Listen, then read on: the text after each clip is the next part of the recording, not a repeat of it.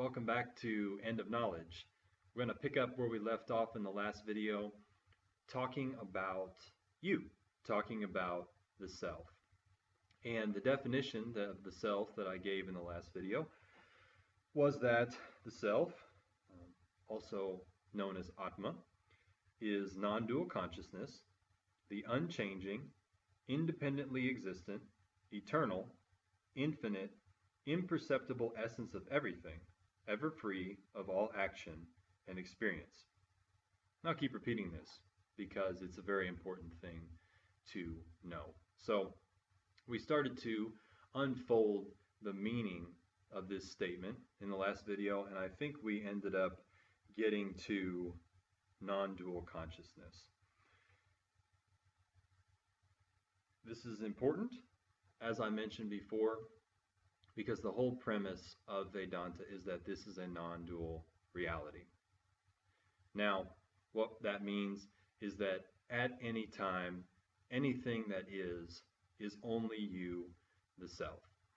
Now, as I previously mentioned, that can seem like a bit of a contradiction, because earlier I made a big point to talk about how there is a division between anything you experience and know, objects, and the conscious subject, the knower of those objects. Now, why would Vedanta do that? Why would Vedanta say that and then say, wait, reality is non-dual? Because it doesn't seem non-dual. Your experience is that reality is a duality. There's you and then what you experience. So, to simply deny that appearance, okay, we're not saying it's real, we're just saying that it does appear that way. So to just deny that appearance is not very helpful. Okay, for me to tell you, hey, reality is non-dual, and then you say, it doesn't seem that way to me, and I say, yeah, it's that way, okay? And you say, nah, I don't know, and I say, no, it is. Just trust me on this one. Just believe me. Does that help? No. If anything, it just helps you to go into denial. Okay, you have a valid doubt. Your whole life seems like a duality, and for someone to say, no, it's a non-duality, and not explain it, is completely unhelpful. It's totally unproductive. So the skillful thing to do, the reasonable thing to do, would be to meet you where you are. Meet you with your doubt. Meet you where your experience is. And that's what Vedanta wants to do. Vedanta doesn't want to just deny that there is an appearance of duality. Vedanta wants to meet you there conditionally and go, okay, let's accept that for the time being, and let's work with that. All right. So we take the subject-object division, and we use that as the jumping off point to investigate it, to see, is it real? Is there truly a difference? And starting from there, we can work that line of inquiry until we come to non-duality. But when you come to that conclusion, okay, the conclusion that, hey, even though there appears to be a duality of myself and the objects that I experience, in truth, it's a non-duality. There's only me, okay? And that is part of self-knowledge. That's part of freedom or enlightenment, all right? But does that mean that the whole subject-object thing completely loses its value at that point? When you say, hey, all of this is me, then do we just throw that out the window? The answer is no, all right? And let me give you a little example to explain. Every day in the morning, you see the sun rise up in the east and set in the west, okay? You can say, hey, I see the sun rise and I see the sun set. That is exactly what my experience tells me, all right? Now, a scientist comes up and says, no, you're not. That's not really what you're experiencing. That's not real. That doesn't actually happen. But you say, well, I don't know. I saw it. I mean, I've seen it like that every single day of my life. Okay, I see the sun rise and I see the sun set. And the scientist says, no, no, no, no, no, not really happening. At that point, is that useful? Is that a useful line of argumentation for him to just deny it, even though you obviously experience it? No, not at all. Okay, what he needs to do is meet you where you are and go, okay, yeah, all right, so we do experience it. But let me show you this scientific evidence to the contrary. Okay? Here's some photographs, here's some videos, here's some scientific data. All right? And through that line of inquiry, you go, oh, okay, I understand. The sun doesn't actually rise and set. It's actually that we're on this planet that is rotating, orbiting around the sun, and it makes it look like the sun is rising and setting. All right? However, at that point, when you've seen, without a doubt, okay, it's clear to you now, that the Earth orbits around the sun rather than the sun rotating around the Earth, when you've seen at that point clearly, does the experience of the sun rising and setting disappear? Do you not see it anymore? No, you still see it as plain as day. All right, but you're no longer, you don't believe any longer in its actuality. You know that it's just an appearance. Okay, so if we say that self-knowledge is part of self-knowledge, is knowing that this is a non-dual reality, that everything you experience is actually you, all right, does the appearance of duality disappear from your experience? No, it doesn't. The world continues on as it always has been. So what kind of problem then does that create? All right? How is understanding that everything is you just part of self-knowledge? It's only part of self-knowledge because you can say that everything is you, but you don't want to say that you are everything. Now that seems a little, maybe that seems confusing. You say, okay, well, everything is me, but I'm not everything. And this is a point that I brought up earlier, and I want to bring it up again now because it's fundamental to this fact of non-duality. All right? If you're everything, that's a problem. Okay, if everything's you, not a problem. If everything's you, then you say, hey, great. I don't have to be in conflict with any of this stuff. It's all me, so I don't have a problem. Okay, there's nothing that I need to experience in particular because everything that I experience is just me. I don't have to get connected to myself. I don't have to go seek myself. I am myself, and everything's me. Okay, so far, so good, right?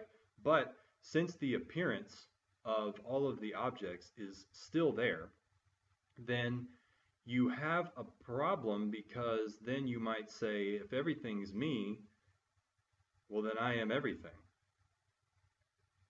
Well, now if that's the case, if the objects are you and you are also the objects, then you are in a bad predicament because then that means you suffer what the objects suffer. Now, it's okay if this body and mind is me, but it's not okay if I'm this body and mind. Because if I'm this body and mind, then I previously don't exist. I come into existence. I grow and change. I slowly break down, become decrepit, and then I die. And in between, I have happy times and horrible sad times. And I have ups and downs, highs and lows, pleasure and pain. Okay? If these are me, fine. If I am them, not fine, because I'm suffering them. All of the limitations of the body and mind then belong to me. If the body gets sick, then I'm sick. If the body gets old, then I get old. If the body dies, then I die. All right? If the mind is sad or experiencing sorrow or pain, then I'm experiencing sorrow and I'm experiencing pain. If the mind becomes infirm and unstable, then I become infirm and unstable. If the mind goes crazy, then I go crazy. So to have all of the objects be you, no problem. To be the objects, problem. Because then all of the things, all of the problems, all the limitations that belong to the objects then belong to you. So how could it be then?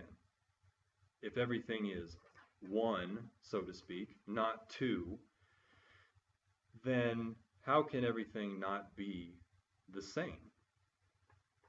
And that's because oneness is not sameness. Now, that can be a confusing statement too. But let's use an example here and investigate this a little bit more. I don't expect you just to believe this, all right? So on my finger here, I've got my wedding ring. You can see this. This is a silver ring, okay? Now, this brings us to, I'm going to use this silver ring to illustrate the next point, okay? We've said that Atma is non-dual, all right? But we've said basically if there's this one thing, if there's only the self, all right, then everything is that self, but the self is not everything, okay? So we have this silver ring, all right? Now,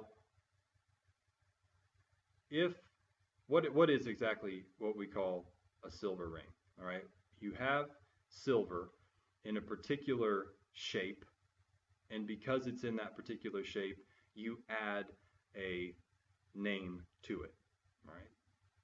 Take silver, put it in a circular shape, then suddenly we apply the title ring, the name ring to it. Now, when this ring was created, when it was taken from whatever form the silver was in, and then put into that shape, when that ring was created or manufactured, was there extra matter created there? All right, if this ring, say, was 25 grams of silver, when it gets turned into this shape, is it now 25 grams of silver and 5 grams of name and form? No. There's no substantiality to the name and form. All right. All that is there is the silver, and the silver has changed shape. And when it changes shape, we simply apply a name to that particular form.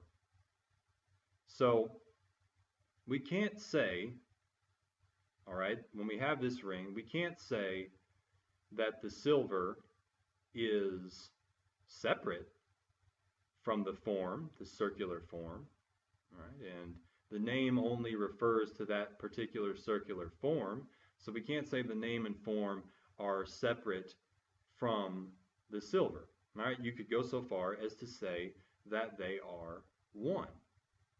But are they the same?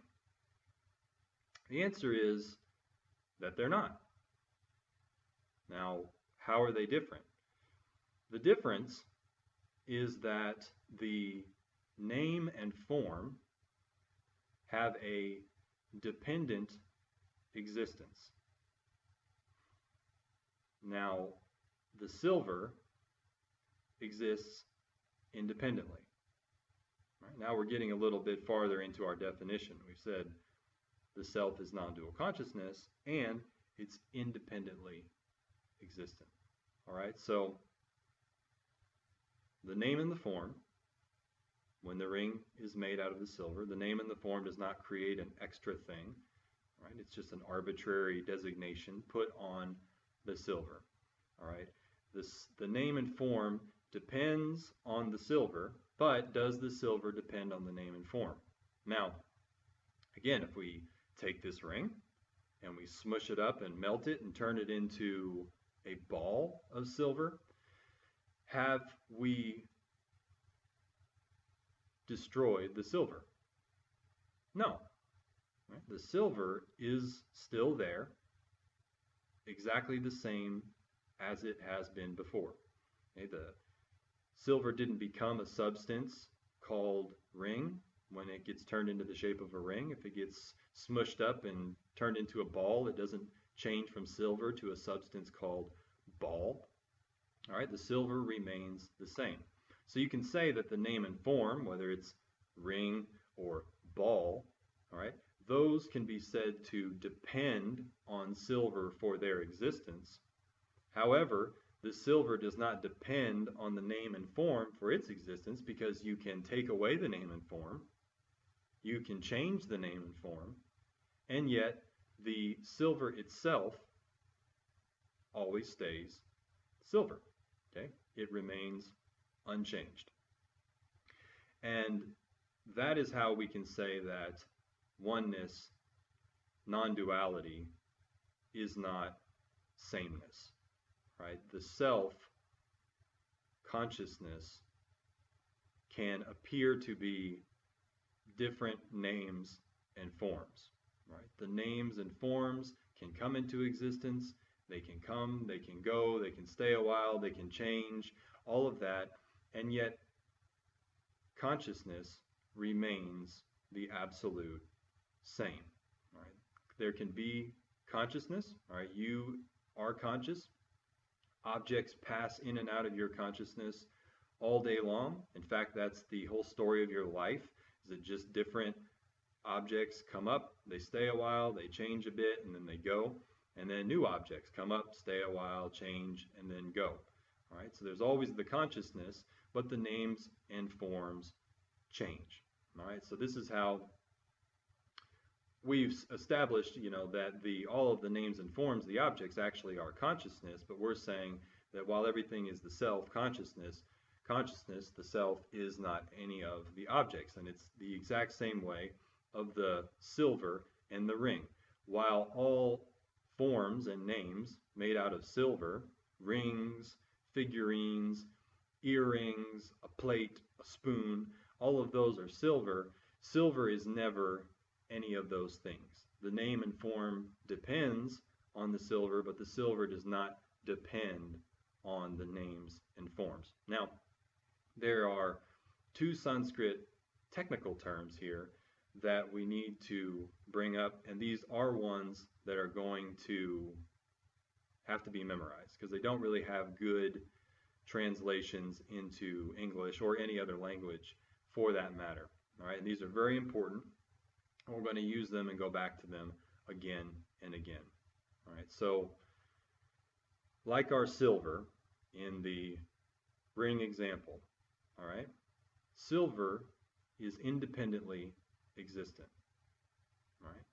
In fact, it doesn't depend on the name and form. All right. So we say that silver in this example is Satya. Satya means independently existent. Now, the name and form ring depends on the silver for its seeming existence, and so we designate that as mithya. Mithya is dependently existent. All right. So we have silver, the name and form. All right. Now, that's what we're saying here, is that the self or consciousness is Satya. That's what the self is. And all of the objects that depend on the self are mithya. All right. You can say that a ring exists. All right. There it is. There it is. There's a ring. You can see it. You are experiencing it. All right. There's no doubt about that. We can't deny that. However, when you say the ring is, all right, we've already established that the shape and the name have no real substance, right? When the silver turns into that shape, we haven't created an extra 10 or 15 grams of shape and name. All right, they're insubstantial. They have no substance. So what do those insubstantial name and form, what does that depend on? All right, what does its existence depend on? Silver. All right, so when we say that something is mithya, all right, if I say this object is whatever that might be, all right, if we're talking about any object of experience, the name and form of the object have no substance. All right, but I can say that I experience them, so we can say that this object is. Well, what is the isness of that object? Well, the isness of that object is the self, is consciousness. Okay, consciousness, the self, isn't just independently existent, it is existence itself. All right, so whenever we say that a name and form is, the isness refers to the self, which exists actually, and all of the apparently or seeming things or objects that appear in it that appear to exist depend on it. All right, so we have the self, which is Satya, and we have the objects, which are mithya. Right? This is why all of the objects can always be you, the self. Right? They depend on you for their existence, but you, the self, are never the objects. All right? Because if you exist and you exist independently, you can't be an insubstantial name and form that depends on you for its existence. All right? So this is why the subject-object distinction maintains even after you know that reality is non-dual. Now, you know that in fact it is non-dual, but you don't ever want to get yourself mixed up with the insubstantial appearances that seem to be, because that is what they are. In the same way that the ring, our famous ring here, is just a name and form. All of the objects are just appearances. They're just names and forms that depend on you. All right, so we've got that, the self is non-dual consciousness. Okay, it's independently existent. All right, so what does that mean? That means that that consciousness and existence are synonymous. They are the same thing. It's not like the self, you, are a thing that possesses consciousness and possesses existence as attributes. You know, the way that a flower possesses smell and color. All right, the smell and the color are not fundamental to the flower itself. Now you can take them away and still have a flower. What we're saying here is that consciousness is fundamentally not something you have, it's fundamentally what you are. Okay, the self isn't conscious, the self is consciousness, and consciousness is existence. Wherever anything exists, there is consciousness. Okay, and that's, you can even just look at your own experience and see that. I mean, to say that anything is, if I say this computer is, well, consciousness is there. All right, if I say a car is, well, where is that existence apart from consciousness? A person is, a tree is, a mountain is, a dog is. Existence and consciousness are there. They're the same thing. All right? And I was using this metaphor of a ring, okay? And I wanted to say that, and this may be the last point that I come to. It looks like we're getting lower on time here. I wanted to say that the metaphor of the ring falls a little bit short. There's a limitation to it, like all metaphors. All right? When we're talking about the ring and the silver, we're saying that the silver is Satya and the name and form is mithya. All right? We're saying that just because you change the shape of the silver, right, it doesn't fundamentally change the silver. And that's true. Okay, it's not like the transformation of milk into yogurt, for instance. Okay, if you take milk and you add certain bacteria to it, it transforms into yogurt, and you cannot take the yogurt and then get the milk back. All right, it's an actual change. With the silver in the ring, it's just a seeming change because I can take the lump of silver, I can heat it and turn it into a ring of silver. And then if I don't like that, I can heat it back up again and turn it back into a lump of silver. So milk to yogurt, that's a definite actual change. Silver to ring, that's only an apparent change. Right? So far so good. You know, we've got a good metaphor here, because any time that you have an object, it's just a seeming appearance of consciousness becoming an object. All right, it's not actual. You've not lost the self. You've not lost consciousness. It hasn't become an object, because if consciousness becomes an object, then it could never become consciousness again, like the milk to the yogurt. That's not what's happening. So that metaphor is good along those lines.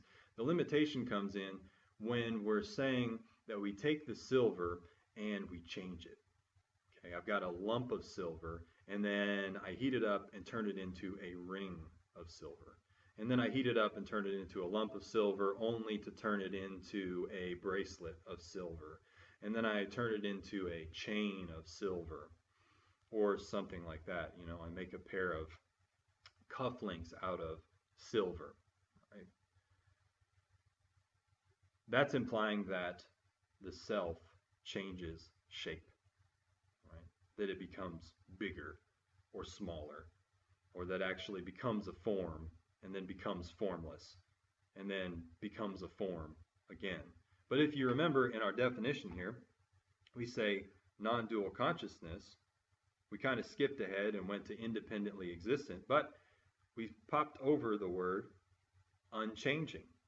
Okay? The self is non-dual consciousness, the unchanging, independently existent. Okay? So that's where our silver and ring metaphor falls short. Or any metaphor like that. Clay and a pot, gold and a ring, water and a wave. Okay? All of those things where you have something, it takes on an apparent form, but it itself never changes. The difference here, it doesn't change in its nature, okay? But the difference here we're saying is that the self is unchanging despite any apparent forms or objects that appear in it. It never changes. It's not formless, and then suddenly it has a form, and then it becomes formless again and takes on another form. Unlike our silver, the self is always formless, and the objects that appear in it are completely apparent, completely seeming. The self retains its nature and never changes in the slightest bit, not even in shape or size, when the objects appear. And that is a fundamentally important part of discussing the nature of the self. You know, it's non-dual consciousness, independently existent, but it's also unchanging. Because as we said before, something can only be real if it never changes. Right? It has to be the same thing all the time to be real, to be the truth. I mean, I can't say that something's real if it's a lump one moment, a ring the next moment, a chain the next moment. You know, how can I say the chain is real? I mean, where was it a moment ago? Right? How can I say the chain is real if it's going to be gone again later? All right? The self, unlike the silver in our metaphor, isn't like that. The self always remains formless, always remains unchanged. It is always independently existent, formless consciousness. So we only covered another word or two in our definition, but we got some very important ones. You know, we went over the idea of Satya and mithya. Again, that means independently existent, and mithya means dependently existent. So Satya is another word that refers to you, the self, non-dual consciousness, and mithya is a word that applies to the appearance of objects in you. And this is fundamental to Vedanta, and this is something that we're going to keep going back to again and again because it can be difficult to assimilate. So I think that probably concludes our video for the day. I want to thank you again for joining me. We'll get back to the rest of our definition next time. We've done non-dual consciousness, the unchanging, independently existent, and we'll pick up in the next video with eternal, infinite, imperceptible essence of everything, ever free of all action and experience. So come back next time and we'll pick it up there. Take care, everyone. Bhaja Govindam, Bhaja Govindam.